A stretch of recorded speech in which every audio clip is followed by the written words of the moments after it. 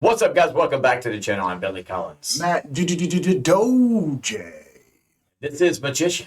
And the Jock. Guys, today we have a power lifter. Would you call yourself, Brandon, a power lifter? No, I've never competed in powerlifting. So you're more of a He's a big strong man. He is big a man. big dude. He How moves. do you know him? I used to work with him at Walmart. Okay. Yeah. We used to play ball together a long time. Well, Yeah, me and you trained together a little bit at school. yeah. Well, I would unrack his weight. If you're ever working out and you're like, dude, where the hell are all the 45s? It was him. It's a good chance the mountain Probably is there. me. The mountain. But yeah, man, go ahead and introduce yourself. My name is Brandon Stoops. I'm from Newport, North Carolina. 35 years old. I'm a Voigo. I don't like confrontation. What's a Voiga? Virgo. So Come on, man. Movie reference. Let's go. Voiga. Oh, that is a movie. I can't think of what it is. Though. Waterboy. Oh, yeah. Damn it, Dodge. The movie's the devil. Yeah. Yeah. So we have you worked with him for a while, but done him through the gym and right, and then you know him from school and training with him. yeah, man. And we just thought it'd be interesting to get a perspective of someone who trains and lifting heavy shit. Yeah, he picked big stuff up. What did Ronnie Coleman say? Everybody want to be a bodybuilder. But nobody want to lift some heavy ass weight. Yep. So man, and we were talking before the show. I'm like, save this, because it was, within the fitness community. Everything's a community now. It is. Fitness community center. There are so many different schools of thought, whether it's traditional resistance training, bodybuilding. My first introduction to the literature of working out was Arnold's Encyclopedia of Bodybuilding, which is like that massive. So you have that, then CrossFit coming on the scene a couple years back, which is just throw everything in a hat and whatever they come out. What are you? So during football, we did probably more of the powerlifting maybe some And Olympic Olympic stuff. Yeah. Because you need that explosiveness. Yeah. And I kind of went from there after high school and everything. I kept training just because I fell in love with it in school. I quit doing the Olympic lifts because, quite frankly, I hate them. Highly technical lifts. Highly technical. It's not that I hate the technique. It's just I didn't really see the point. Yeah. I wasn't going to be doing anything like that. It wasn't just brute strength. Yeah. And I adopted more of the deadlift lifestyle kind of thing. For what I was doing, I was getting more out of it. Yeah. I didn't need to have to be so explosive like I was in school. Then I went and played semi-pro football for a couple of years, and I started adapting the more explosiveness. I started pushing more vehicles around to get that drive because they put me. I lost a lot of weight. I got Hold on. Pushing vehicles to get the Some drive. people push a sled with Or some people put a plates key. on them. Some people put a key in a vehicle and just turn it to drive. And What? so, yeah, Brandon, talk my about your- car's stuck in a ditch. I'll be right there. So I played a little bit of pro ball. Talk about what semi-pro ball is, and you had some funny stories on that. the semi-pro ball that I played was almost equivalent to adult Pop Warner. Everyone was there. They were late 30s, 40s, wishful thinking of past glories kind of thing. Where was this at? This was in New Bern. Okay. And we were called the New Bern Grizzlies. It was a Mason-Dixon conference, which I don't think exists anymore. Yeah. I want to play in this league. The bus was painted like the General Lee. Just If only. so was it like open tryouts? Yeah, honestly, the way it was, there was no need for tryouts because if you showed up and kept coming, you were basically on the team. Yeah. And everything felt like Madden. Because everyone kept referencing Madden. Like, all the plays came from Madden. Hit the X button. Yeah. Damn it. And if you truck somebody and hit stick was all you heard. Yeah. And I was like, all right, this is fantastic. So how does that work? Semi-pro, I'm assuming that means you're getting paid. That's where the semi part comes in. Semi not paid. Semi-not paid. The closest thing that I got to any kind of compensation was I got some free cleats from the Carolina Panthers. That's about it. Nice. And they were the most comfortable things I have ever put on my feet. Get rid of those Nike Sharks. Oh, Remember those? man. Oh my God, like wearing blocks of They're like, 2x4s on they're like feet. Timberlands with like the cleats on the bottom of them. Dude, it's Everyone in Pop Warner had They them. were Yep. horrible. and it was fun. Like it was different. Because you were young. It was I was like maybe a year out of high school, and this guy came Straight to the league, baby. I was doing something at the high school. I was helping out with some of the like the football after school kind of thing. I was still just I knew people there, so I was there kind of pointing in the right direction with stuff. And this dude showed up looking for pads, and I was like, "What the hell?" I was like, "I'm not a coach, but what do you need pads for?" Because it was this dude. He was like 5'5" and as round as he was tall. He goes, "Oh, I'm playing semi-pro football in Newbern." I was like, "No shit." I want to join. Yeah, I was like, "So tell me more." I have the keys to the pad room. Yeah, I was like, "Hey, see what we got. We can donate. We got shit from the 50s we'll give you." And that's exactly what I walked away with because I was like, all right, cool. This is my first season. I went out to one of the practices. I was like, all right. I was still in really good shape. I was still running pretty good. My 40s were still a 4.9. And I was bigger, though. I graduated like, 275. I was like 290. You probably walked out looking like. And Semi-pro, the man, only that's big. thing, Oh, no? I was tiny. Really? Compared to some of these dudes, which is part of the reason why I got hurt. No discipline whatsoever. These guys were just massive human beings. Every time you get tackled, there's like sand spurs on your arms. Oh, we played. We Rock scars from your yeah. knees. We practiced in the back of a baseball field. What was that first practice like when you walked out? Were you like, what am I doing? I was like, yeah. I mean, I was the only cracker in the box. White people. And the other two there's two other guys there that were the same complexion. The water The boy. punter and kicker. Punter and kicker. Basically, 100% action. Yeah, it was. Remember we played Goldsboro in high school? That was the only white kids on the team was the punter and the Oh kicker. yeah, man. And actually, one of them was he was the guy that I became really good friends with through the whole process, and he was part of he became center and the kicker. I felt so bad for him. He got treated like garbage. But I looked at him, and everyone was like, "I don't know about this." I'm like, so just practice. Like we're all here for the same Were thing. there coaches? And Oh yeah, there was coach. The owner was there for the first practice. The coach was there. We even had a dude from the Georgia Force, which is arena football. He come out. His name was Jupiter, and he was a boy good. that was The a Vogel. God. That was a large man. That dude.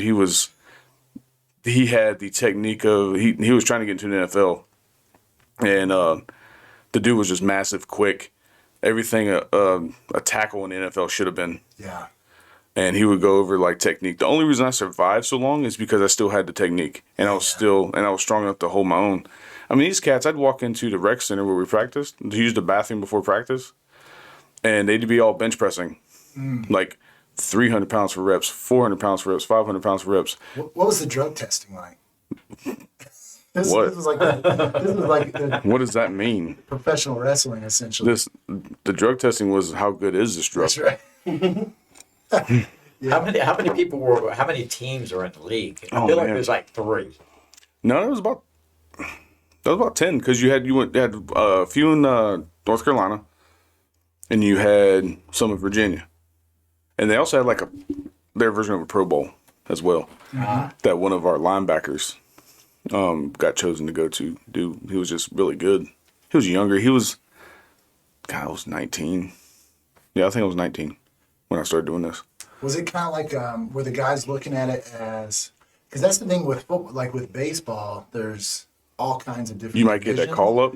Yeah, but there's like you can go single A, double A, triple A with football. I mean, there used to be NFL Europe. Some guys play in Canada, but there's not really many farm leagues in the U.S. A lot of the guys were looking just to have fun. And some of them were maybe this is a way to college. Oh, okay. Oh yeah. And maybe this is a way to get scouted by the NFL. Almost like a JUCO kind of. Yeah, almost. And did we have people out there that could do it? Absolutely. There were some very talented people out there that you could tell were wasted on school. Like they just didn't get the justice they deserved.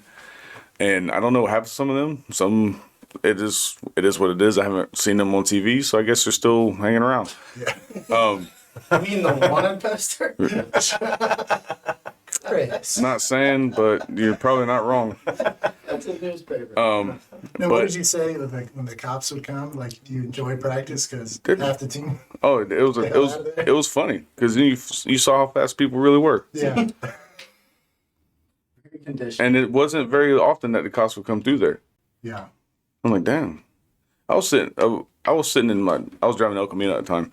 I was sitting in the parking lot just waiting for practice to start, and all of a sudden I hear gunshots really close. So I was like, you know what? Not today. And I just drive off. I'm like, and coach was like, where you at? And I'm like, well, I got this thing. My car broke down. Yeah. I'm not getting shot, coach. He was like, what are you talking about? And I was like, where we practice, I'm not supposed to be there. Pretty sure someone just got murdered. Yes. He was like, oh, yeah, we all heard that. I was like, yeah, me too. That's why I'm not there. I was like, well, just to be real, I don't have anything to protect myself with, and I'm stick out like a sore thumb. I'm not working towards a pension here. So Not even working for So the the- paycheck. yeah. So there were 10 teams. You guys played. Yeah, You said they traveled. You got hurt. Yeah, at one of the practices, I was going after the linebacker, and I hit him, and I was moving on, like as you should, to the next available person to hit. And this dude, massive D lineman, just came out of nowhere, and he clipped me just right, and I twisted, and my lower back, they said it was like close to my lumbars, and I was just tore. And I was on the shelf for about a year. Like, it took me almost 9 months to be able to run. Wow. Yeah. You get a lower back thing. Yeah. Just getting out of bed is a big deal. So I you'll couldn't- turn into a 90-year-old man. I couldn't lay flat. I couldn't lay on my side. Yeah. Like, it was miserable, and I had to get on my everyday life. That's part of the reason why I started coaching, is because it would keep me on my feet, and I could actually keep it Be moving. part of the game. And I could still be a part of stuff, and it helped me because I was walking around, I wasn't sitting around getting stiff and not doing anything. I was still, I adopted a couple yoga poses and stuff like that helped. It wasn't like your fancy stand on one leg crap. It was more of me laying on the ground, my knees under me, and it kind of stretched that. DDP Dude, yoga. Dude, yoga's no joke, man. And I it's- remember that P90X yoga video? Oh my! Yeah. It's like Yeah, an that hour shit's and crazy. 45 Mhm. minutes. I sweated more doing that in Yeah. Kempo, where I was like, learn how to kick. My But, like, mom's like, what the hell are you doing? Kid, this is my living room. So, how many years did you play for the semi-pro team? I tried for 2. My last year, they put me as a fullback because Matt knows I was super fast off the line for my size, and I was quick. First 40 yards, if you could get away from me, you were doing something. Running the ball was really fun for me, and Mike Alston. I ran downhill, which Activity bus. yeah, I ran downhill, which means I put my head down and just plowed. And I was fast, and most of the time, if I was blocking somebody, you couldn't get away from me. And of course, that environment I was in, they weren't used to stuff like that. So it was very easy pickings for me. A lot of heavy hitters like Ronnie Lott, John Lynch kind of hitters. And dude, I came right through the line, went to get a fullback screen pass. Yeah. Dude just came out of nowhere, side of my helmet, just like Drew Blue did in my yeah. junior year, and put me on my ass and gave me a concussion. It's just I lost minutes, and I got home, probably did the stupidest thing. Took some painkillers, I took some OxyContin, and went out drinking at the Midnight Rodeo. Keep the body guessing. I was just like, Yeah.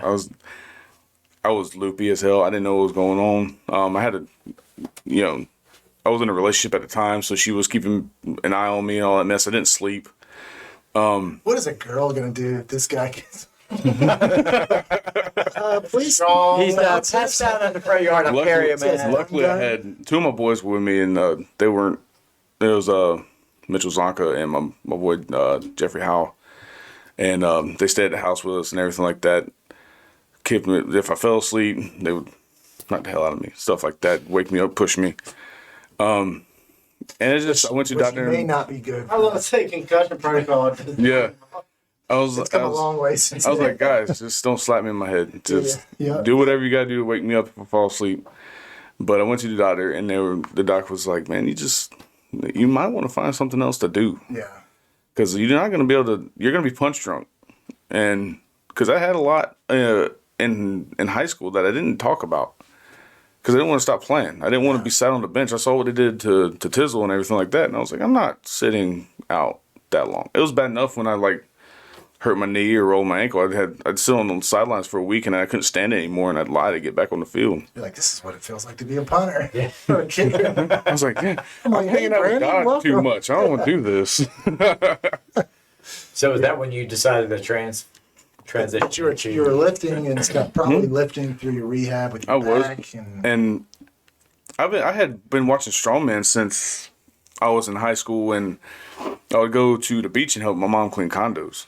And every Sunday they would have Metrics World's Strongest Man on ESPN. But this, when I started watching, it was pre-Pujanowski. It was it was when the Scandinavians pretty much were running the show. Yeah. Late '90s, early 2000s. You had your Magnus. Magnus for Magnus. Magnus for Magnus was early '90s. Magnus Samuelsson from Sweden. Yeah. You had Jani Virtanen from Finland. Juho Ala from Finland. Sven Karlsson from Norway. Those guys were running the show. Like, they would set it up, like, they would strategize how to beat everyone else and make sure one of them won, kind of thing. And then Pujanowski shows up and just wrecks shit for 5 years. Because he was ripped, too. He was- He looked like a professional wrestler. He was a phenomenon. Like, there was back then, like, Juho Ala was a very in shape looking dude. Yeah. Like, for strongmen of the time. But Marius was Did he take his shirt off? Like, turtle shell abs. Like, Yeah. just Yeah. I remember insane. his first year. You remember that guy, right, Chris? Didn't he do some mixed martial arts after he was done? Oh, he's still doing MMA. I watched one What fight. did? Yeah. and Huh? so- He's over there, over in Europe. He's doing MMA. Yeah, he's that's where they actually like put your advertisement, your sponsor, like tattooed on your back, like fake tattoo, just bam. So you got like this I giant saw that his billboard. first fight. Yeah, I'm like, that's a really pronounced tattoo. Yes. It's like a thumbnail. Yeah, that's just how they advertise over Lay there. on his back. But I remember his first like World Strongest Man appearance. He didn't win, but he went to the finals. There's a very strong language barrier. So one of the rules they were doing the Pollen's the Conan's wheel, where you pick it up in front of you, you cradle like this, and you walk around in a circle. Yeah. So he picks it up and he didn't have it good enough. He took a step, dropped it, and as soon as you drop it, you're done.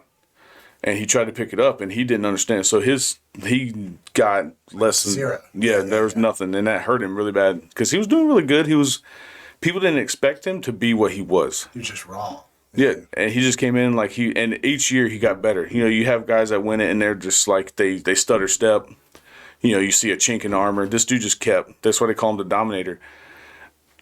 So when did you fell in love with it? What about it? And maybe explain to the audience what strongman is.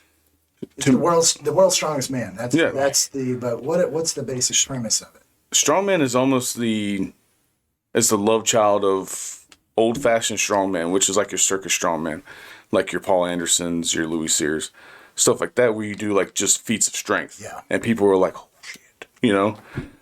And there's some Highland games mixed in. A lot of the stone stuff, a lot of stone work comes from Scotland because Scotland, like, they have your normal people call manhood stones.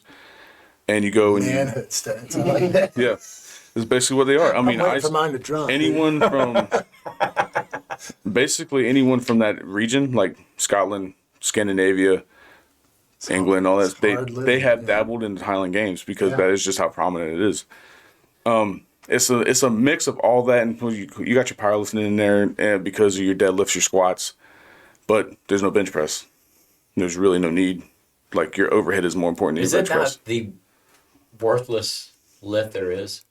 I mean, I guess unless you're pushing a car like Brandon does. I mean, it's I like one it of for those. like explosive stuff. Yeah, I mean, it That's makes why you well NFL rounded. draft, they do how many times you can do 225. Yeah, they're exactly. They're not seeing how many maxing out. Yeah, it's more for making you. A lot of the guys still do it because it makes you. You don't want to chink in your armor basically, and not doing bench press could hinder you from your overhead as well because it does have carryover to that, To the and shoulder. plus to your shoulders, Triceps, your triceps, even your lats. Your lats get involved with a lot of that stuff. Okay, like Mount Everest over there. Oh, man. There's snow on top of that mountain. Continue. I wasn't even paying attention. I lost my own eyes. And it's basically a mix I of was that. lost in my own eyes. So it sounds like so that CrossFit probably has taken some pages from that book because that's definitely. functional fitness, but this is like functional feats of strength. Yeah, and it's like CrossFit. I kind of appreciate what they have done in the last maybe 5-10 years because they've introduced the world to strongman events. Like you see them doing the yoke, you see them doing the tire flip, you see them doing a farmer walk kind of deal, and that's all strongman. Yeah. Like the first strongman competitions weren't even strongman related because there wasn't strongman athletes. You had your Olympic lifters, your power lifters, your throwers, and your bodybuilders. The first 3 competitions, Lou Frigno, Franco Colombo, they all competed. Franco Colombo is that famous clip you see the guy running with a fridge and his knee collapse. Yeah. That's him. Did he blow up the water bottle, Yeah. the hot water The hot bottle, or something like that? Yeah, The dude was strong for like bodybuilders today. Are they're strong? Don't get me wrong. Just because of They're training repetitive. for volume. Yeah. They're not. Yeah. But back then, a lot of them did. Like even Arnold said, like in interviews, you're not gonna see them pumping iron, man. But he's like, well, a lot of them do powerlifting in off season at muscle density. This cat, him and Lou Ferrigno were just monsters. Yeah. Like they didn't win because the guys that won were basically the biggest dudes of the time. And a lot of their names I can't remember. And it was And Franco Colombo wasn't. I mean, he was short. he was a short dude. 5'5", Yeah, he was a shorter guy. And Lou Ferrigno, he was like he's 6'5". Yeah. You know, big for a bodybuilder. Even now, like I think the closest guy was Dennis Wolf at 6'1", if that. But it was world's strongest man, right? But it was all Americans and stuff like that. People who his base is America, As it should be. you know, and God that's bless where. USA. Oh yeah, and that's where some of the controversy came in years ago. Who was the big? There was the main announcer guy who won it. Bill Bill Kazmaier. Kajmar. Yeah. Dude, that guy. He was So massive. he was a beast. Like he still is. He's still alive. He's a big dude. He was not invited anymore after he won it 3 straight years in a row. The first to do that. And there's so many stories. Like he either pissed somebody off, he didn't need to piss off because he had that mouth and temper, or he was so dominant they didn't invite him back until later on in the late 80s. That's what happened to me in the NFL. I think I was just so dominant. So dominant. They were like, we gotta get rid I of him. lost my number. Or either he popped off at the mouth too much. Who knows? Or you just never mind. Ooh, that was almost bad. Oh, come on, man. I love you, Matt. I love you, Matt. Those are those hit to the head's coming back. Damn it. Right. It is. But so you fell in love with it. You're like, man, this is pretty cool because they're lifting heavy. It's everyday stuff. And I think a lot of it back then was I was coming out of my shell as like my personality. Like middle school was shit for me. Growing up, I was athletic. Me and my brothers, we played sports. That's what we did. And we weren't the worst at it. Let's put it that way. We were pretty damn good. We always tried to, our dad told us to stay humble, work hard, all that kind of jazz. And we lived far enough out in the country. We practiced whatever we were playing, no matter what. And I hit a point where I was still a big dude, but I was still competitive with everybody who wasn't. Yeah. I got picked on a lot. So my middle school years, I tried wrestling. I quit playing all the sports that I absolutely loved to play because my self-esteem was just ridiculous. And I did wrestling, and back then I was a very meek and mild person. Like I wasn't aggressive. Like I couldn't even do a damn push-up. But were you were still No, I was fat. Like I was little and I fat. was gonna say getting in a singlet, Yeah. especially if you're self-conscious. Dude, I very would hard. get so worked up about a match that I would have debilitating stomach pain. Just the anxiety. The anxiety of like being in a singlet and stuff like that, you know. So going into 9th grade, when we all had that summer camp, lost a shit ton of weight. Started being able to do push-ups. Yeah, I was coming into like where I should have been athletically and stuff like that. No, that was a rough summer. It was hot, and Sleeping in that gym. yep.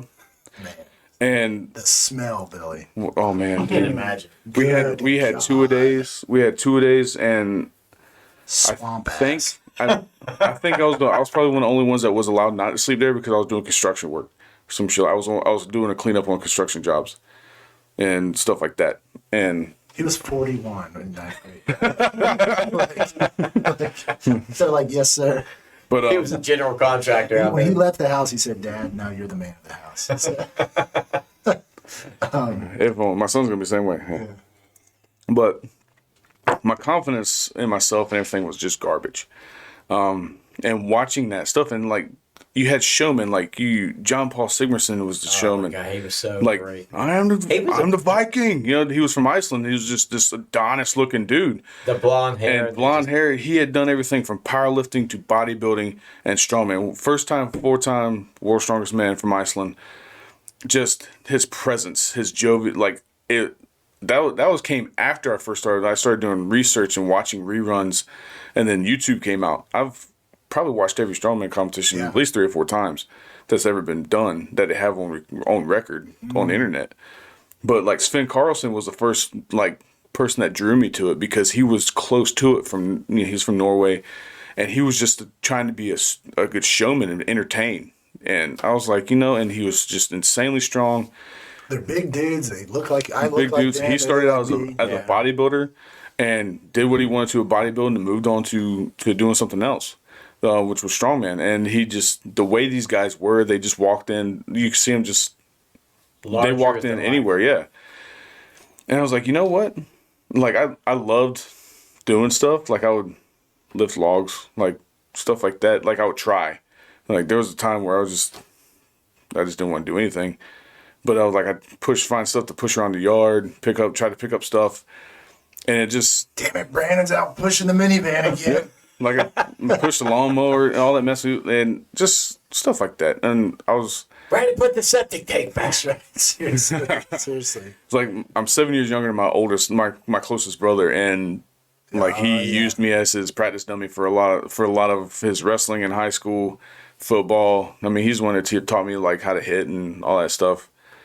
And I was like, you know what, man? I wasn't growing as fast as like he did. So going in, I hit a growth spurt going into senior year, and that's when I got my size going into senior year. But I was just trying to be taller than Mom. She was like 5'6". I was just trying to make it. And it drew me to that because I was looking for something to relate to. And then I found it. Yeah. It's kind of like like kind of sometimes people find a religion and they're like, I found home. Like for my competitiveness and my physicality, there it is. I can be aggressive and not worried about hurting someone. You know what I mean? Because when I first started training for this, like regardless if I was competing or not, I was reckless. Like I just balls to the wall. If I can move properly when I left the gym, Give you a purpose. yeah. Well, you said that deadlift. Yeah. The deadlift, man. Any kind of Shin's got to be bloodied up. yep. If you're not bleeding, Hands got to be broken. Yeah. and I've gone through all that, and that's lifting heavy anything. Like as Stefan Sylvie Pedersen said, like if anyone's watched that Rogue documentary on the stone stuff in Iceland and everything, he goes, it's the calm after the effort. That within itself is an addiction. I love it. Like as soon as he said that quote, and I was like, that is, if I never compete again, that's what I chase. So I don't chase like the runner's high. or the pump. Yeah. I'm still that competitor. I still love to compete, but at the end of the day, if I never compete in strongman again, I will still continue to train it just because it has good carryover to life. And it feels amazing afterwards because it's that calm after the effort. Like if you're putting out the effort, you're gonna feel the just everything in your brain calm down. Your body's gonna feel great. You're gonna feel high as fuck. Just natural. So is You that can't what say you that got word. to? You can't say hi. Sorry. So is that what you got out of it when you were coming out of your shell and Yeah, it was. you Also, you got that high and you got was that celebrity type. I'm a it's something too that it's like, hey man, this is something I can do. Like Yeah. I'm naturally good. Like we're all looking for. We always talk about be great at what you're good at, Yeah, and you're like, hey, I'm kind of good at this. Through the work, you can actually become great. I mean, you had all these kids in high school that were like, "Hey, I want to be a bodybuilder." No one wanted to be a strength athlete because you really didn't know what that was. No one talked about that. Like the only reason you knew about that is if you read Muscle Development, Flex Magazine, that kind of crap. You might have seen it on TV. You The might guys that see- pull like- trains. yeah. Yeah. You might have seen Strongman by accident flipping through ESPN one Sunday and having to fall upon it. You know, stuff like that. But we were taught the Olympic lifts, bench press, squat, deadlift, all your basics, and then you had your run of the mill. We had, I think, 50-year-old equipment in that trailer we trained in high school. So we did what we could, and you had Rusty ass 45. basically Loved it, dude. all the, and Did you it's get a tetanus shot after uh-huh. with your protein shake? like you cling them together and you just see the Pull Powder that rust. mic just a little bit closer to you. There you go. yeah. But it's stuff like that, and I realized like it's a possibility. Like I enjoyed, I loved strength to begin with. The idea of being strong, Being a man, yeah. and as I got older, I did a lot more research. Like, what are the Highland Games? Because people would talk to me about it. When I started working with the public more, you talk to people. You know, you find out there's a Scottish society in Craven, Carter County. Okay. Which apparently is huge. We did a video Yeah, on we that. did the Highland Games. Like, what, Yeah, what did the it's- guy say? Something like 20-30% of Scottish? No, it's like, you know, I have that heritage in me as well. And it's something I've always loved. I grew up loving bagpipes, so I've always been drawn to that kind of stuff anyway. So I did find out what the Highland Games are. That's when you find old-timey strongmen, stuff like Donald Denny, which is one of the most decorated Highland Games athletes in history of the world kind of thing. He even has any, stones named after him, the Donald Denny stones. He started Denny's as well, which struggled as of late. Grand Yes. Slam. There's no bad joke my like a dad joke. Dude. Well, you got to get your calories. Whatever happened? You're not wrong. Denny? Oh, we had a Shoney's. We had a Shoney's in Gosh, downtown, man. yeah. That thing, if you were stopped up, that would take. That would fix Gotcha. you. Boy, That would fix you. But anyways, go ahead. But Sorry. I just enjoyed strength in general, like the history about it, like how the Highland Games even became a thing, stuff like that. I was looking into that stuff, and then like going back to Rogue, like being a part of CrossFit they started like pushing a lot of stuff, like a lot of information, historical things. They covered the Highland Games, the stones, and all that good stuff. Yeah. So it's bringing more people into that. When you cross the pond, like strength athletics is a completely different ball game compared to over here. Yeah. It's But- kind of, it feels underground here. Yeah. Like bodybuilding It's is a- a little bit more It's a niche. mainstream. It's a niche sport. Yeah. And powerlifting is still considered a niche sport, but It seems cleaner. You know what I mean? I think a strongman, our strength coach in East Carolina, they all did strongman. So they had the Atlas stones, and they were nuts. there's a lot to it. And to me, it's not about that one lift where everybody can train for that one lift. But Or you the have, big three in powerlifting. Yeah. you have to, in strongman, it's more like you have to compete with other people at the same time as them doing stuff. So like you're going head to head, the crowd is great, so that brings you out of your shell even more because you're comfortable. And you get pumped. I would think if Yeah. people Dude, I watch those and with the crowd just screaming for him like Yeah, "God," you and know? that's like a person like me is their biggest fear is doing stuff in front of people. yeah. Like of course I've had to grow out of that, working retail, all that jazz, and competing in front of people. Because even though I didn't compete in powerlifting, I did charity events for it, just because I believed what charity was doing and I had friends doing it to support people, and it's fun. The crowds are pretty good, but when you go to a strongman competition, even when you see it on TV, the crowds are great and the competitors are even better. Does a lot of the crowd Yeah. compete? I think that's why CrossFit's blowing up. If you watch the games, Oh, a they're lot of the guys in the competitors. crowd, Oh yeah, they also compete. you have people like you can definitely look in the crowd and be like, yeah, that person has done this, and then you have your friends and family, and your people that are just local that are like, fuck yeah, it's free, no show, let's do Yeah. this, Let's go look at some freaks. And you don't have to worry about like everyone worries about the judgments. Someone's not gonna pick on you while you're competing. If anything, they cheer for you. Like if they beat you, they stop what they're doing and go back and they cheer you on. I can't wait till the next time. I'm like, nice beard, nerd. Just like running. Don't you drink another protein shake? Just kidding. But that was my biggest draw, is because It's like a family. yeah, and I was having a hard time. Like football, you're wearing a helmet. You're not going to be seen. That's the easiest way to do it. There's 11 guys on the field. At Yeah, once. you're not. You're not the center of attention. Yeah, if you mess up, you're not. It's hard. Unless you get called out by the refs. Or if you're a punter and you're playing the Philadelphia Eagles. Very alone. I'm like, where are my family? I thought we were a brotherhood. This is like a dysfunctional family. You saw all the 10 other guys are on the sideline like this. I'm like, slap hands. Like, no hands. Yeah. It's like Tom Brady every time he tries to high five his team. No. Too many rings in a way. I know, right? Shit. So what's the training regimen like?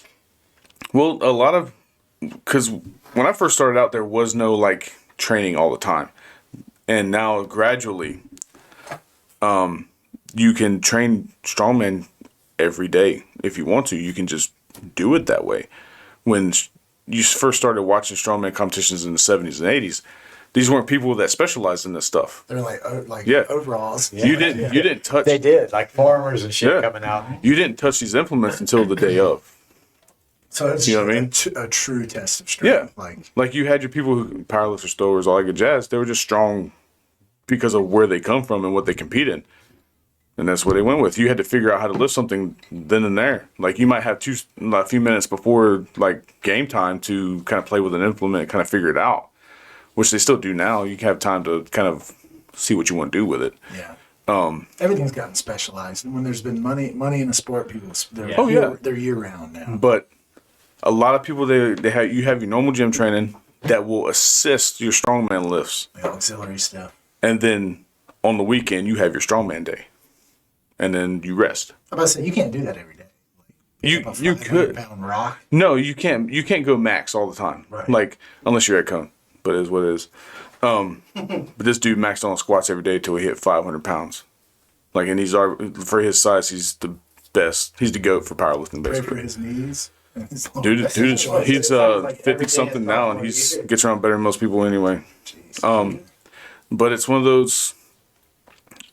I train sub-maximal. I very rarely max out. There's really no point. Yeah. Plus, it saves you because you max out, you're destroying your central nervous system. Yeah. And if you're going and strongman is not always about max weight. You got technique moves too. It's about technique. Can you lift this 250-pound bag of sand and move it over there as fast as you can? Can you deadlift 330 pounds the most you can in 30 seconds? Wow. That's like, it's very rare where you can take. How long is my warm up? Are the paramedics on standby? Man, it's crazy because it goes all over the spectrum. Like you have your max out events.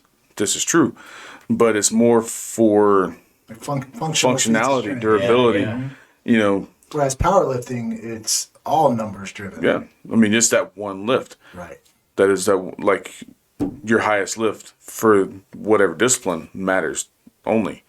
Where in strongman it's the exact opposite. Like you gotta just then and there, like you gotta lift these 6 stones in a row, and the fastest person wins. On progressively higher boxes. Yeah. And you gotta look like I'm standing here, you're over there. We're deadlifting at the same time, staring at each other, trying to see who can get more. Leave us a comment in the who you think. Do you guys intimidate? Is it intimidation? Like you try to like psych them out? I'm pretty sure people try it, and it's a lot of that yelling and screaming you see, like with the smelling salt. Yeah. And for the average gym goer, yeah, that's gonna be like, fuck. But it's Like the arm Everybody wrestler. cares. What's the arm wrestler that talks so much shit? Rocky, Sylvester Stallone. Sylvester At the top. and then, when he turned his hat backwards. No. No, that was legit. no, That was the a dude documentary. drinking oil. Oh yeah. Yeah, Didn't he wrestle Mad Dog or something? yeah. But it's sometimes like even it's going, hey, Chris, that's gonna bug me. Can you just look up the arm wrestler that talks? He's a big dude. Oh, Laurent. Devin, he just fought the Devin mountain. Laurent. Yeah, he just fought the mountain. He's Or like Hathor Bjornsson. he's like 6'5", 6'6". Dude, he's a massive all dude. biceps. Yeah, he's a massive individual. Yeah. Until he gets beside Hathor, and then he's tiny, like everyone else. He is But a cocaine. Have you seen that where Conor McGregor and him are Oh, dude, boxing? yes. He's got into boxing now, though. Oh yeah, but The mountain. Yeah, he's got a fight with Eddie coming up. Oh, that's gonna be tough for Eddie. 6'9", 6'9", He 6'3". learns how to do a jab.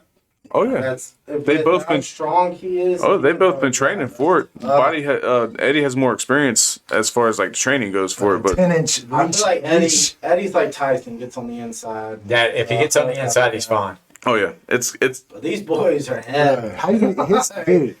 All of The them. mountain heavy could handed. punch. He could punch that wall from here. How long his arms are. He can tie his shoes without bending over. Dude, he can He's 6'8", squeeze someone's 6'9". head. and look at his size now. He started playing basketball What an idiot. when he had hair. Dunk. But dude, speaking of the mountain, the Hathor or whatever, Hathor Bjornsson? I noticed you've got some Nordic ink going on. Anyone who follows strongman, anyone that follows just worlds like the strong sports, it's amazing how disproportionate the winners and just participants are from those Nordic countries. Which I think they talk about that on Rogan, where you basically have guys that they were conquering lands and killing all the men and taking the most beautiful women for the wives. You breed that for generation after Yeah, generation. Some of the it becomes biggest. There's a documentary that's YouTube. It's called the Giants. I think it's a Vice documentary. Vice, the Giants yeah. of Iceland. Yep, it's And it's like this little sliver of like an ice hockey rink. And the men are like if we were back in Viking times now, they would have one of those. What's that huge hammer? I don't know what it is. Thor's hammer. Yeah, man, it has lightning in it. You can spin it. Yeah, only. But they would be the ones kicking in your door like no one would be alive. I mean, these are modern day Vikings. oh yeah, and they crush. it's part of their culture. Like Scotland is known for their stuff, like with the stones and the Highland games. But Iceland has its own set of stuff. Like you have the Husafell, which has its own storied long history. A lot of times they still compete with the actual OG Husafell stone when they're over there. And it's a 440 something pound stone. You have to pick it up and carry it for a distance. Does that a handle? You wish. Put it in a But then wheelbarrow. you have some that's it's called the tombstone, and it's like a 660 pound stone. That the story behind it is the farmer made a deal with the devil about for his crops to grow, and Wasn't there a crops grew, banjo stuff like involved? that. There was a banjo. at one point. Might have well been. I think it's fiddle. And so basically, he died because of the deal and everything like that. This tombstone. So you pick this thing up and walk around where he's supposedly buried, and you see how many times you can get it. And then they have a set of stones that's on the beach. They're the Styrker stones, which is Old Norse or Icelandic for strong. You were either half Styrker or full Styrker, and each one. Never go full stricker. Don't go And- full stricker. And the only thing you have to do is you don't have to shoulder it, no nothing. You just pick it up, go like that, and you just drop it on the ground. And if you can get it to this point, you are half Styrker or full Just the Styrker. thought of that is hurting my shoulders. Yeah. So And what's the difference? And you said the manhood stones. the manhood stones, like it's almost like every clan at a time, at one point, had its own version. So like you would have to come to this place, and there's keepers of this particular stone. So all right, so what you got to do, you got to pick up the stone and put it on this wall, and then you get to write your name down. And it's not a little stone; it's something that you're gonna put effort into. And then you have some where like, okay, well you got to lift this stone, walk so many paces, and put it over here in this exact spot. And this is how things were done, kind of make a name for yourself. Yeah. And a lot of times, a lot of clans would be like, "This is how you prove your manhood." And where is this? Scotland, like there's a whole On the like road. circuit. I'm secure enough. I don't need to pick up a tombstone and walk around Satan's Chris, grave. wouldn't that be a good on the road trip? Yeah. Yo, if this happens, I got dibs. We're gonna run out of battery. All right. Tries to push him. We are. Where's the cable? Yeah, seriously. Where can we just drink? Yeah. I got a feeling there's a lot of drinking. Where's the ab crunching machine? Yeah. But it's stuff like that. It's so drawn into the culture. It's like the strongest people got to be the guards for the kings, especially in Scotland. Like your chieftain, like you had to lift a stone to prove how strong you were, and then the strongest strong person, is. right? There you go. Guard for the king. How easy of a job would that be? What's your job? I have to guard this 800-pound stone so nobody steals it. But no, like, you had to, Good you were luck. the head Yeah, bodyguard they for the heard king if you were the strongest. And it's like they talked about it in that Road documentary about the history of the Highland Games, about how like it's basically just measuring dicks is how it got started. Like Some use a tape measure. yeah, Some use a some stone. throw rocks. But basically, it's like you just see these guys were waiting for these smaller dudes to run and get this thing that was sit on top of a hill. You get whoever gets back is the messenger for the chieftain or the king or whatever have you. So while you're waiting, you challenge your friend. I throw that fucking stone better farther Yeah. than you. Like you're a bitch, you know. And then just go. Can Oh. you look at Billy when you say that? He did not. And then it's like, oh, I bet I can flip this tree end over end before you can. Stuff like that. You know, that's basically, it was like games, and then all of a sudden it just became a tradition. You know, and the way there you had like the hammer throw, your sheaf. Your sheaf is like a farmer thing. Like you're throwing hay bales over, shit like that. Yeah. You know, it's Keg toss, that's strongman, right? yeah, that's a lot harder than what you would think it would be. Shit, yeah. You're throwing it. Like working in a bar, and I'm sitting there like, I'm not throwing this. The fuck? Yeah. And I can even get my hands on the little stout things that they got. I'm like, if you fill this thing up to weigh 55 pounds, so I'm sitting there thinking about, I've probably thrown a 56-pound weight over bar for like 14 feet. And like your standard, Straight up. yeah, Like your standard is like 17. So I'm like, half stricker. yeah, I'm not even stripper. But it's all historical for them. It's just part of where they come from. Over here, we don't have anything like that. So you've trained in strongman and in Highland. I've There's a lot of crossover. Right? Yeah, Highland Games is like if you've thrown shot put and discus in high school, you can adopt it over. Yeah. There's And a lot of similarities. So I was sitting there and like I got a slam ball, like a 20-pound slam ball, and it like molds to wherever you slant, so it looks like a rock. So I just throw that damn thing instead of going out to a riverbank somewhere and hopefully I got a 16-pound stone and I can chunk it. You know, I just throw it like a shot put. You know, do this. You know, you do one, you throw it. You know what's called a front. That's what we call it in track, where you're just standing and you kind of just and you switch feet just about. Other one you got spin, and then you have your lightweight and your heavyweight, which is a ring with weights attached to it. And pretty much if whoever gets the farthest, you know, that's how your points are distributed. And then you have your weight over bar, which is the 56-pound weight. You can throw it, whoever gets the highest. You have hammer, a light hammer and a heavy hammer, which is now it is an Olympic sport, but it's more of a ring with a cable with a weight on the end of it, and then you do it that way. The hammer is a stick with a metal ball on the end, and you have these special boots with spikes on the tip, so you can anchor yourself down because you're not supposed to move your legs. Just all your hips and everything like that, just going around a circle, and again, it's who's farthest. So let's break it down. It sounds like throw random shit.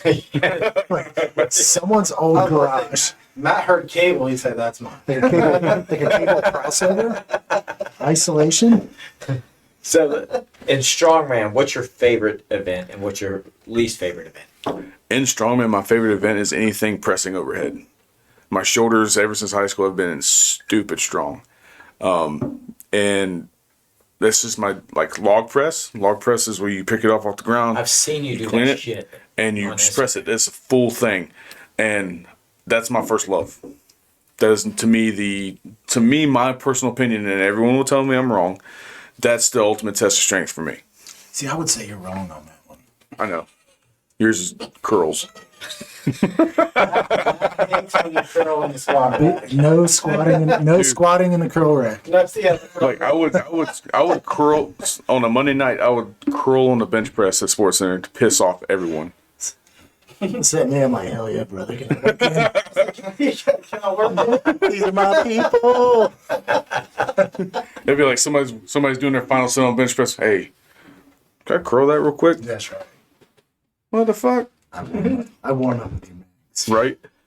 I hate God, that meme just popped up a couple days ago, and one of my buddies sent it to me. He goes, "Oh, how true it is!" Like, So where does a guy? So I'm thinking of like Globo gyms, right? You work at a gym. I work out at a it used to be Gold's Gym. True Fit, True Fit now. Premier Fitness. There's not like that wouldn't be a great investment for them to buy a bunch of Not for them. hundreds of pounds in stone. So like, I mean, you probably have to get really creative to. I'm lucky because I go to my main gym is like a warehouse gym, and it caters to everything: fighting, strongman, powerlifting, CrossFit, bodybuilding, the whole shebang. There's something for everyone there. Like a powerhouse gym. Yes. Texas, yeah. It's in New Bern, North Carolina. It's called Tighten Up Athletics. It's a 24-hour gym. My friend Jared works at Yes. Jared. Yeah. John and Michelle are amazing people, and I love that place. But I have stuff at my house and squat rack. I got a log, couple bars. Don't you have that thing where you like carry a cage or some shit? Oh, the yoke. Yeah. They have one there. I do not have one. I have farmer's walk equipment. But the yoke, they have a yoke there. They have a couple logs. They have a bunch of stones. Just because people come there and they're like, hey, I trained for this and I compete for this, I'm going to leave my stuff here so I don't have to carry it around. So everyone gets to use it as long as you respect the shit. That stone would not move for 3 years. Like, that thing would have asbestos around it. We're just walking around it. You have some flowers. Will somebody move that? Yeah. This is a memorial. Why do you have to leave it right in front of the bathroom? Right. But like, I think my least favorite is probably the Atlas stones. And everyone's like, oh, they're the fucking best. No, It's they're like the not. most exciting They event are- to watch. That's where they go to see who actually wins if the points are that close.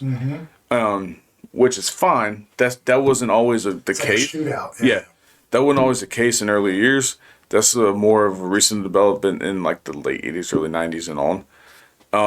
And they definitely looked different because you had a lot of natural stones, which is not the perfectly round.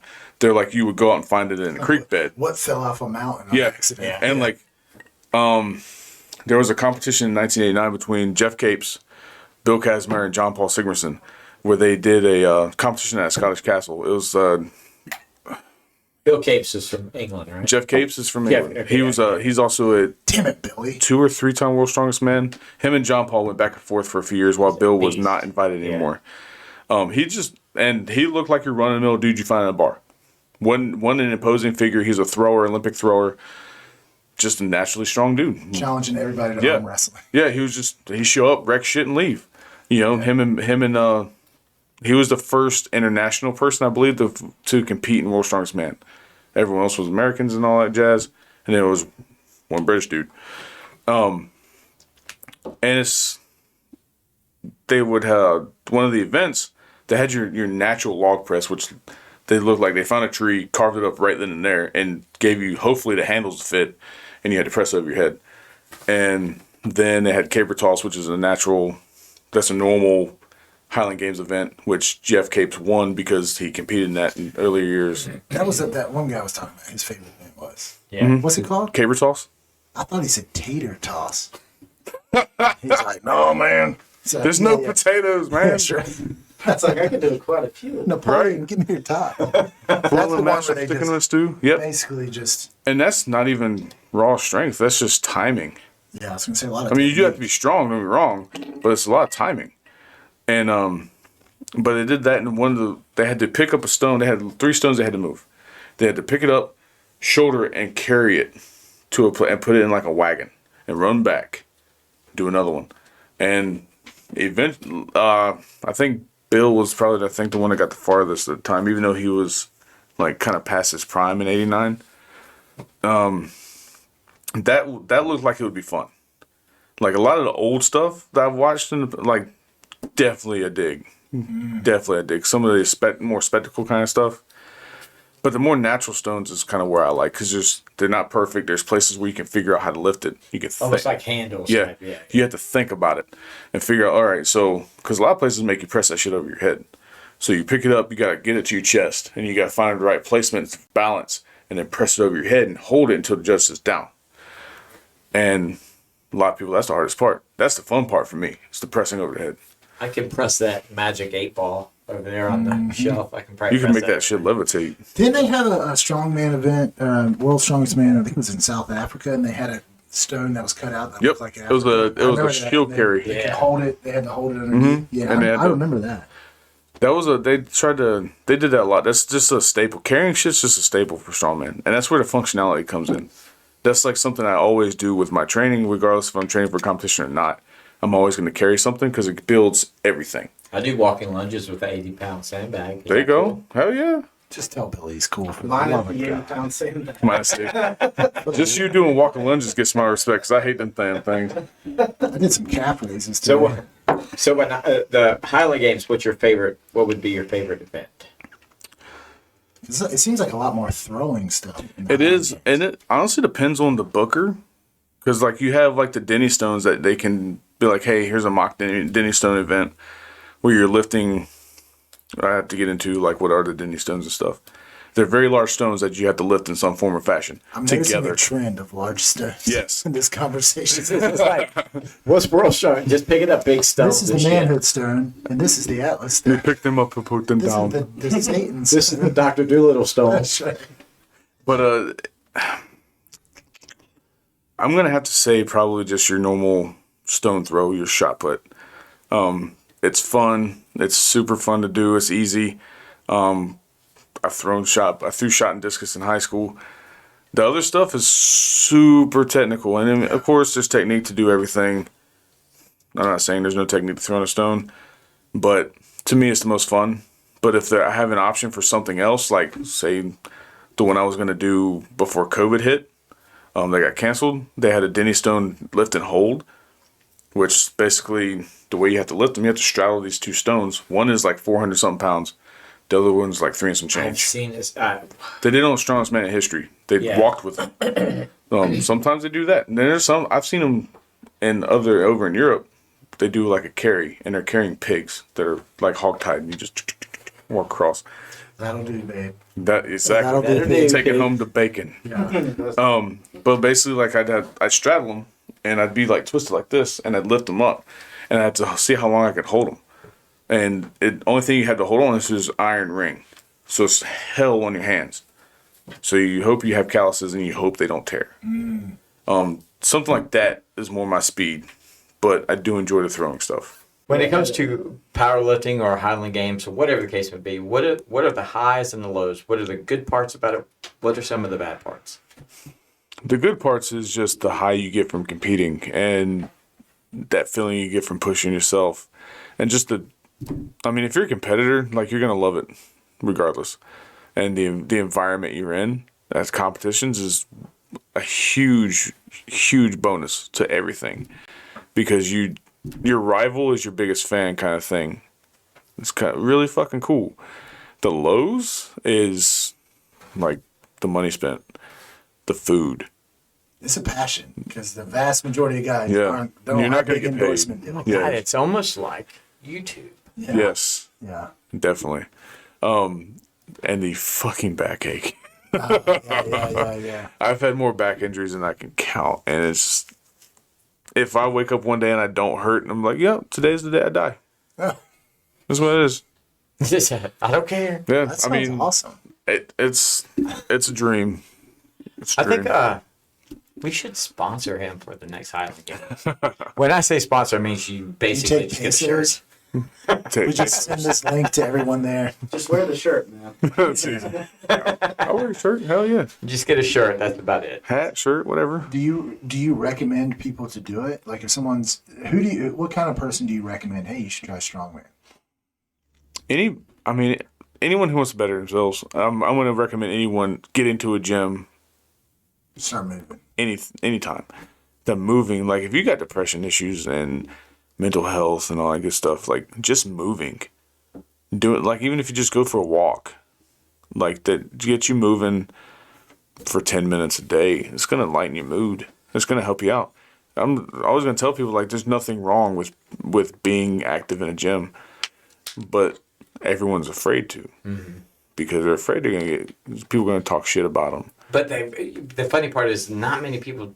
I've never ran into that. Like, and I've told people before that I've brought into the gym, like, look, like, and these people, like, that, hey, I want to lift with you. Cool. But I have one thing. If I hear you talking shit about anybody, you're never coming in here again. I don't know this place, but you won't come in. Mm-hmm. You know, I just don't tolerate that. I was a dude who was picked on my entire life up until high school. High school, it all changed, obviously. But I'm not going to tolerate that. So that's what a lot of people are afraid of. There's this stigma that someone who looks like Matt Dodge is going to just talk shit about him. I mean, There's a good chance. It's not just that one. Nice beard nerd. Unless they come from experience, yeah. yeah. Oh, yeah. But I would argue that getting bullied or whatever, you wouldn't have the chip on your shoulder that you have now. Like, you could have never been bullied. Having a brother that's 7, 8 years older than you, pushing you, probably felt a lot like getting bullied. I mean, there's a lot of Younger. that. He was the best older brother he could be with everything that was going on in the age gap. But I mean, we had our scuffles. I mean, But it gave you an edge. You know what I mean? yeah, Like, they get it. I talked to a lot of pro athletes, right? And a lot of guys from the NFL, they come from tough backgrounds, right? The streets, where it was either I'm going to be a gangbanger, a rapper, or an athlete. That's like your three, or I'll be in prison. Yeah. And they develop a ton of grit. And then now they have kids, and what do they all say? I want my kids to have a better life than I had. Yeah. And I said, man, that's awesome, but how are you going to instill that grit in them? Because you became great because you had to overcome. You had no choice. Yeah. You know what I mean? It was either like, if you're getting bullied, it's like either get in shape, find what I'm good at, or it's going to be, I'm going to blow my head off. Like, there's no other alternative. Yeah. So, and they're always like, man, I didn't thought of that. And the funny part is, like, when we're going through everything when I was coming up, like, you hear about, like, these really 10 or 11-year-olds trying to kill themselves because they're being bullied. I never thought about that. It was just like, but I could still beat you in baseball. I could still run the court on you, even though I'm this fat kid, you know? So I wanted to change, but then, like, you go through a spurt where middle school's a weird time for a lot of people. Chicks are taller than you, man. Remember that? I was like, what the hell? You get Wait a the whole- minute. I don't want to date you. I'm 100 pounds. They're like, they feel like they're 6 foot, and this is the worst. Oh, yeah. age for I must be dudes. living in middle school right now. Billy. But it's like, Pituitary problems. you know, you go through that middle school's a weird time. I stopped doing everything, so everything got worse. You know, I closed down, personality shut down, shit like that. And that's why I always recommend people doing that, being active. Because getting back to being active, regardless of what it was, brought me out of all that crap. Yeah, I lost where we were. You know, and it's, No, I would say the highs and lows, but Yeah. that's where, you know, I mean, there's a saying. Chris just picked up a stone. Just broke off a piece of our brick wall. He's feeling inspired.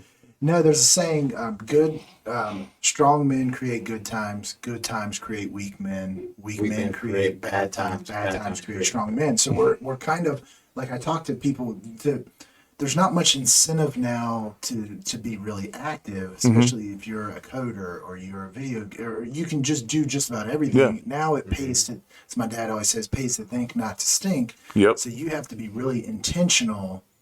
There's got to be whereas back in the day, you couldn't afford to be fat or out of shape or get winded real easy because you were going to die. Oh, yeah. It was, whereas now things have gotten so comfortable. Or you're going to get your ass chewed out by your dad because you couldn't keep up doing work. Yeah. It's Shit just like that. Either, it's feast or famine back then.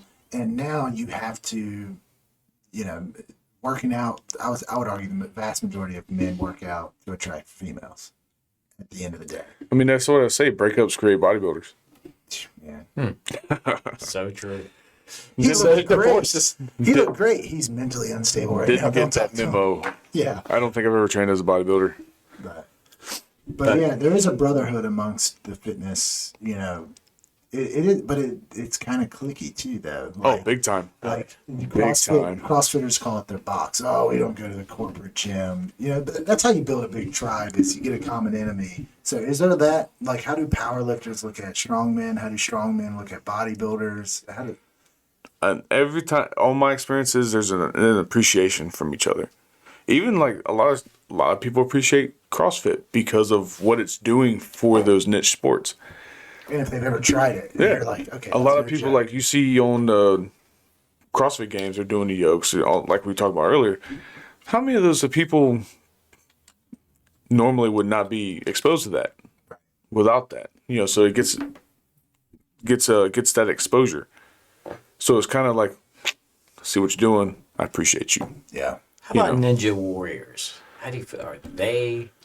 Those are bad dudes. Like, They are actually and women, because I can't do none of that. Like, A lot I of them got. are rock climbing. Those are the ones. I mean, I'm a all pretty four strong arms. dude, but I can't crawl across a wall with just my hands. You're not going to 300 beat anyone in a pull-up Yeah, contest. I'm 300 pounds. Yeah. Like, I'll move the set for you. What do you want? I'll move the with the bouncy little walls if they Yeah. jump I'll off. hold my arm so you can do pull-ups on it. I'll carry one like this through the course. Yeah. You know, shit like that. And I just appreciate it. And a lot of people do, even though there's a lot of other stuff to do CrossFit wise, that is just, no, I don't see the point. But then again, we are CrossFitters. Gym Yeah. class for grown-ups. So. We all have lanes that we kind of stay in. Oh, absolutely. But I talk to I think everybody. it's good to respect those lanes. I mean, I found like most of my knowledge from fitness came from old school bodybuilders when I was away from strongman, training up in Clayton. Like, there wasn't a strongman. I had a log that was a dude's that he just had. Somebody hadn't cleaned the parking lot. Yeah. You And it was very like, still like, hey, there was like one stone hanging out somewhere in a corner and you could play with it if you wanted to. But everybody was either a bodybuilder or a powerlifter. yeah. So that was the kind of the environment I was in. So I learned from everybody. I can't say I've never trained like a bodybuilder. I haven't trained like a recent body. I trained like old school crazy bastards. Just resistance training. Yeah. Yeah, like these guys who like there was pumping. You know, these guys were pumping iron. You know, those old guys trained a lot with them, Branch Warrens. and you Yeah, learn. cornies and Yeah, and you learn. Like I cherish that because I would have never gotten that knowledge if I hadn't gone up there. Like that's how I learned. Like I'm suck at sumo deadlifting because I tried it due to back pain and stuff like that, and it was just it kicked my ass. Was not for me, you know. So I go back to conventional. I don't buy into the whole because there's a whole thing now. Should sumo deadlift be in strongman? I don't think fucking equipment should Well, you be. have to go to Japan, which is annoying. And you gotta wear a thong chassis belt. They actually have strongman sumo and some of the like Bill Kazmaier did and stuff like that. Sumo's no joke. It's basically just strongman just pushing each other out of a fucking ring. And All of these Sounds a strong. lot like sumo. Yeah. yeah, that's basically what it was. And I was like, I really hope I never get anywhere where they have that competition because you had to wear the whole sumo get up. I'm like, no, I'm not. I'm either doing it naked or I'm not doing it at all. You know what? And I'll win because no one wants to see that. This is great. It's amazing how big of celebrities those guys are. Dude, yeah, oh, yeah. What was the guy that wrestled Yokozuna? Remember that guy? He was like in Yokozuna, yeah. WWE. I mean, that's just or a WWF. that's just a title. That Yeah. that's an actual chant. Like you are that's your grand Yokozuna. champion Yeah. is a Yokozuna. No. Like he was just using it for wrestling. Oh, I just learned recently Kane and The Undertaker aren't actually brothers. I just learned that. Do you know Kane's a mayor in Knoxville Yeah, I County? did. That's where I learned. I'm like, wait a second. Yeah, He's actually getting ready to run for governor. he is libertarian. Fucking, I love that guy, The next Jesse Ventura. dude. He's actually super. With common sense. Like just Started a huge insurance company. he's got his crap together. He's not a stupid dude at all. Coming from pro wrestling and all that crap. What's next for strongman? Do you see a spin-off? Because CrossFit was kind of a spin-off sport that threw it all into a big crock pot and said, hey, we're just gonna, what is it? I don't know what they're constantly varying, whatever. Is there or do you think people are gonna, because as it gets more specialized, it gets less kind of underground. Now you've got guys training year round. Same with CrossFit. You remember the first CrossFit Games was out at the ranch. Oh, geez, yeah, it was Dave tragedy. Castro's ranch, and now it's like stadiums. Do you see? You're talking about going to Highland Games, which where we were out there, it seems still very like Primitive. felt like a family reunion kind of deal. You know? But see, that's here. Like here, strongman is very like we're just now breaking into the hundreds as far as a fan base at each show kind of thing. Over there, tens of thousands, like 10,000 strong. Like at a UK strongest man, Europe strongest man, 10,000 plus people. That's insane yeah. for a lifting event. But that's what they pull. That's the difference between there and here. I don't see it dying out at all. I don't see will it get to that level eventually?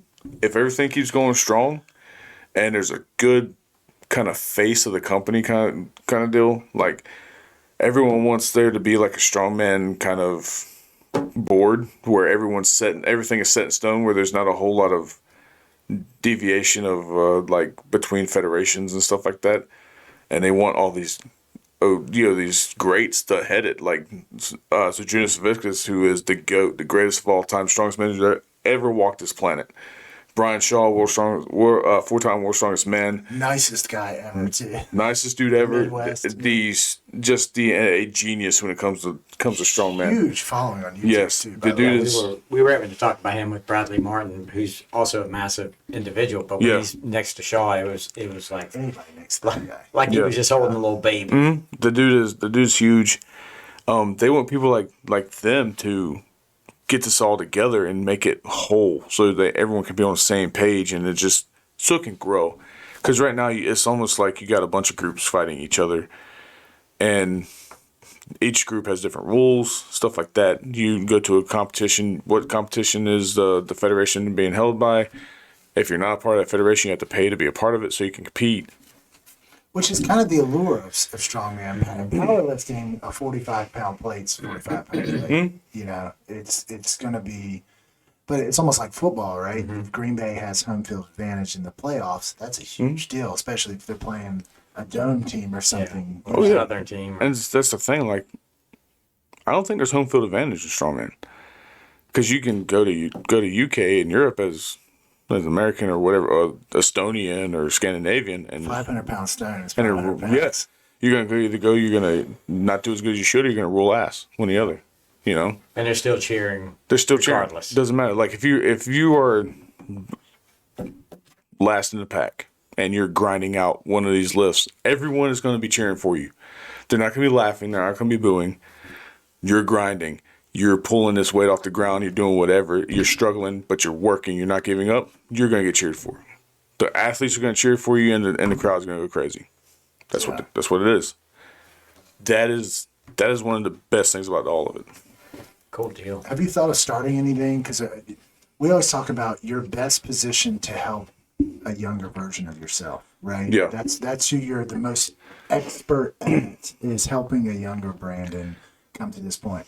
Have you worked with the youth? Because I'm sure you said you worked out at the high school a little bit. You see some kids, you're like, man, that was me. Like a kid that's kind of sitting in the back or whatever. I've worked with some people before that just to get into lifting in general. Like I'd help people. But I'm of the mind, like those who can't teach, I'm not ready to say I can't. You know what I mean? You're not at that point yet. No. Like I always tell myself, it's like I messed up and called myself a has-been at one point, and I thought I was gonna get slapped. Because at the end of the day, like I'm not gonna give up. I'm still gonna, even though it's been 4 years since I've competed due to like an injury, divorce, COVID, all that crap. Bug, yeah. Like 2017 was the last time I competed. And it was a rough year all the way around for me. And my last deal for that year was an injury where I had to have surgery. And then ever since then, I've been struggling to get back. I'm just not ready to be like, well, I'm never going to do it, so let's teach people. I am of the mind where I'm going to do this again, some form or fashion, but I wouldn't mind helping people. So you can join me in this because it's a lifestyle. I will never It's a tell lifelong sentence. Yeah, I will never tell somebody they can't train with me if they like, hey, because some pointers, like I'm not going to give you pointers. I'm like, hey, come join me. It's easier for me to show you that way. Because like if I try to write down a program for you, or Step 1, stop shaving right now. basically get you a beard, but I'm a girl, get you a beard. No. Take 3 of these a day. But it's I've trained with so many different walks of life over my lifting career since high school. Bodybuilding and cleaning. Bodybuilding, powerlifting, strongman. Never done CrossFit. Sorry guys, never will, because fat people, no, I'm just not. But it's like different, like people from day one to I've been training just as long as you, but I see what you're doing, let's get together and mesh ideas, see what's going, see what can happen, stuff like that. Mr. Chris, did that turn off? What happened? It's just that one. Ah, So I'm still teaching him. that's fair. I can't do it.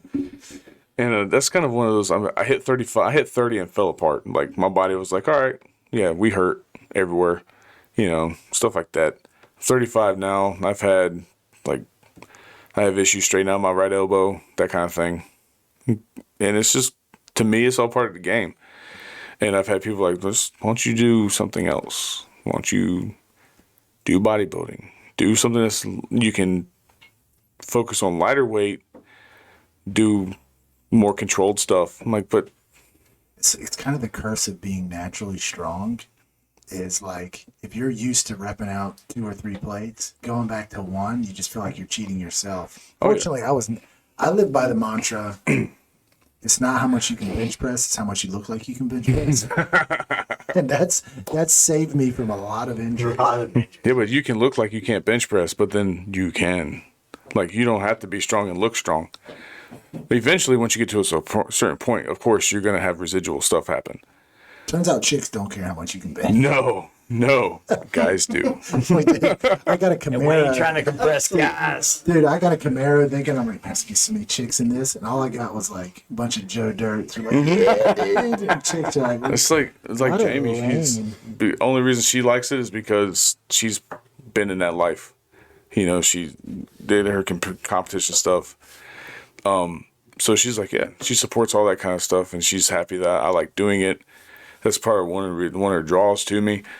And subsequently, I'm kind of I took about a year or so off recently because, she got pregnant. She was having a rough time with the pregnancy. So I had less and less time in the gym. I went from like 4 times a week to 2, then to 1, then to once every 2 weeks, and then to sometimes none. I gained all her baby weight, stuff like that. And so probably about 3 months I've been back at it hardcore. how was that first workout? Right? Like, ow. If it wasn't, it was legs first. Terrible. Because, Oh my God. because I'm gonna shit for a week. just hate. You gotta grab the Yeah. towel rack. Just hate. Like, I didn't even go heavy on anything. Just doing motions. I was just like Like you just 130. came out of a coma. Yeah. You're like, how does my body I'm work like, can I even squat that low? Can my knees? Stuff like that. And I waited a month before I started, like, where's my strength at? Oh, you didn't even want to know. It's like being afraid to stand on the I scale. cried. I teared up. Like, I hit 315 on bench press for 3. And I was like, What a loser. it's still there. It's Yeah, still there. Yeah, But, yeah. and going from, like, where I was and shoulder press, my shoulder press went to shit, but it is what it is. Squat and deadlift, I didn't do any of that. Like, my legs were like your accessory stuff. No, it's just started back doing squats and deadlifts. So to get that fire back. It is literally like starting from scratch, but it's giving me a chance to. But it's like riding a bike. Yeah, but it's also giving giving me about it. I've learned so much because I never stopped learning. Like I might have couldn't find time to lift, but I still read things. I still did research. I just watched videos. It's given me a chance to go back and correct what I was doing originally for so long. Like, When you're in the thick of it. But it's almost like golf. If you play golf every day, and you take your had a bad game, you take some time off. yeah. You pick right up on the same habits, unless you're me. But Oh yeah, I compete in axe throwing now, and because I work at a place where stuff like that, I'll throw. I don't get much practice in, but when I stop trying to focus on a lot of practice and in between customers and stuff, I start throwing better. So I wasn't burning. I quit burning myself out, It's kind of like doing your signature. It's almost like a dance. and You I don't even could think figure about out it. Yeah. what works best for me as far as throwing, and where I'm comfortable and pain free. Because elbow, and I could figure it out. I'd do a few throws. I'd tone it in, make adjustments here and there, and then I'd take a break. Stuff like that. I'm doing the same thing with my training again. I haven't done squats in so long, so when I started doing squats again, I revamped where my feet were. I found what felt good, and I made sure I stretched a little bit more because you know as well as I do, stretching and all that crap was not taught to us in high school. You never see a cheetah stretch. Yeah. So basically, that's basically Didn't like, Deion Sanders say that?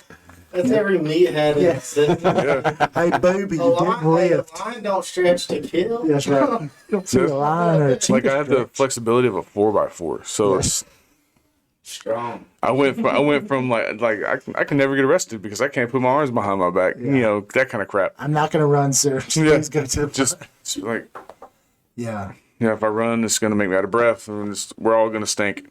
No. So I started doing stuff that I didn't do before when I was younger, when I was reckless, and I would train till I couldn't walk.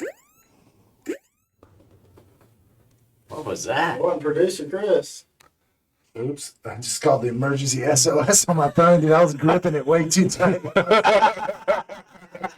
That thing was on vibrate, too, man. I'm In like, the rat in his pocket. bro, I was like, yeah, dude. I was like, man, are we up against Tuts or something? What the hell was that? We're okay. We're okay.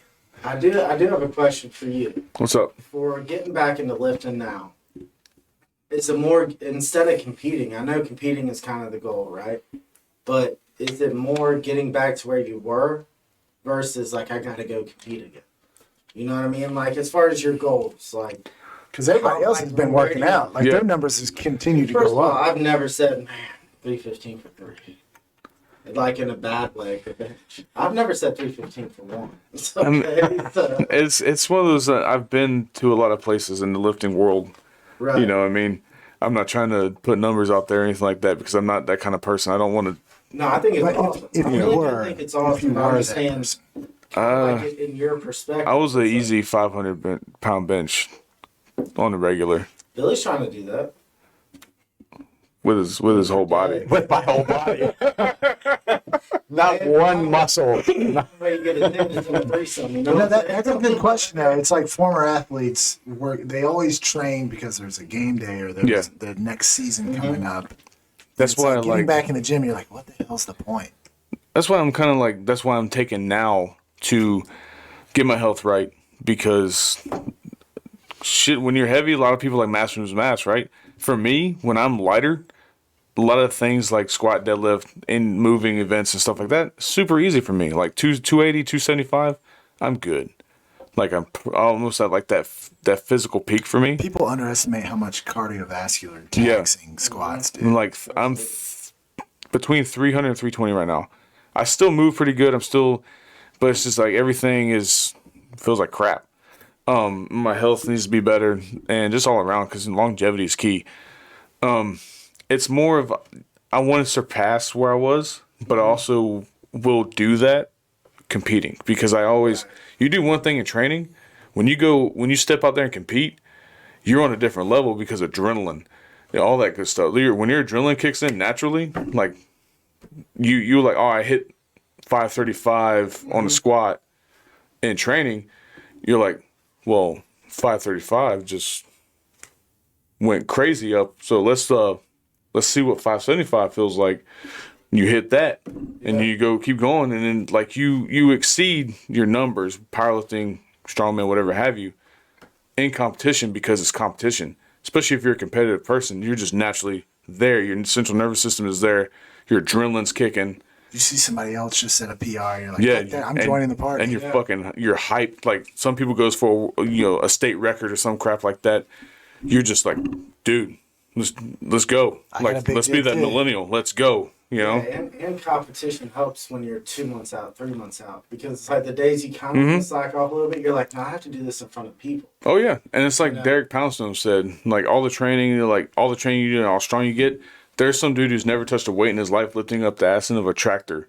That's what I was gonna say. You know, like someone you've heard, No training. you've heard stories. Their kids in their car. and Oh, yeah. they're able to lift it up. Yeah. Like But like it's hard to replicate that in the the gym. dude that I had the best competition with was like dude I tied with at the 2017 competition I did before I got hurt.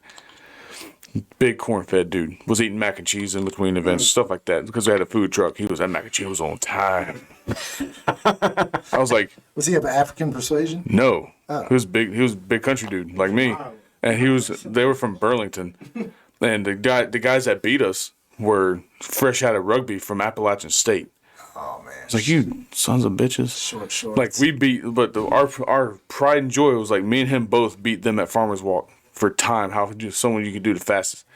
You ain't never seen two big bastards run with 450 pounds in their hands like we did. Like, we hauled ass. Like, my pants were, like, I got to the turnaround spot, my pants were almost down to my knees.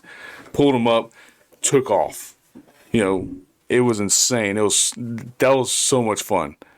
Like, that kind of competition. Like, you know, you're right beside, like, I could see him right beside us. It was like picture finish who won. And big dude, and like, you look at him like, he's just a big guy. Yeah. No, like, dude was a monster. Dude was an absolute monster. And I don't remember his name. It's been, what, 4 years? 5 years? But He'll be watching. He'll get in touch with you. that's the kind of stuff that is really fun. That's what drives you to be better in competition. And then you take what you did in competition and you apply it Sets to a your new training. standard. Yes, that sets a new standard. So, okay, so this is what I know I can do. So let's do this. Let me train with these numbers. Yeah, it's going to be hard. You're not going to be able to coast to where you were because you're not going to progress. So you got to take these numbers here and roll with them, struggle and grind it. Then your next competition comes along. You might not have a big corn-fed motherfucker to work beside and compete with because You got the magician, the jock walking up. yeah, you got dudes like, yeah, I think we're in the wrong division. this is my first time, stuff like that, you know, and I'm do heavyweight open kind of thing, and they're rolling 300 pounds on everything, you know, and you're just like, dude, just let's do this, you know. Dude. Well, we could talk this stuff forever. I know we could. I do gotta have bring it one back. more question. You have a new baby. A year old now? He's 7 months. 7 months. What is his? How many stones can he throw? That's what I mean. Is he up to 200 yet? Because if not, we got issues. We gotta get him up. Stop this. He's, whole crawl Hey, before that's we get- biking. He's just now starting to crawl, so I'm gonna start hooking tires to him. He's gonna start There you go. pulling them things across the yard. Pulling a stroller. Yeah, he's doing. You guys will be in the stroller. He's Did just you name crawling. him Magnus? His name is Gunner Oh, okay, even better. Knew it. Even. with the A. Would you have a good time? I did, man. This was fun. I miss doing stuff like this. This is great. Yeah. Well, thanks for coming in and talking. Absolutely, with us man. and, Thanks for having just me. Shooting the shit and talking about what you do best. Yeah, I'm hopefully I'll get back to that. Yeah, you will, because we need to start sponsoring people, and Matt makes really cool shirts. I mean, I'll wear a shirt. I'll do whatever you want, man. I mean, no, I go way back with him. Loved working with you. I got no problem helping y'all out. Fantastic. Well, guys, do us a big favor. Go ahead and hit that subscribe button. Smash the Manhood Stones like button. There you go. Brandon, thank you so much, sir, for coming in. I Thank appreciate you, it. guys. Guys, do us a big favor. We already said that. Did we? Do us two favors. Takes about 5 times saying it before I do it. Yeah, before we get it right. Do it. Start through the Guys, do us a huge favor. Hit the subscribe button. smash the like button. We'll see you on the next video.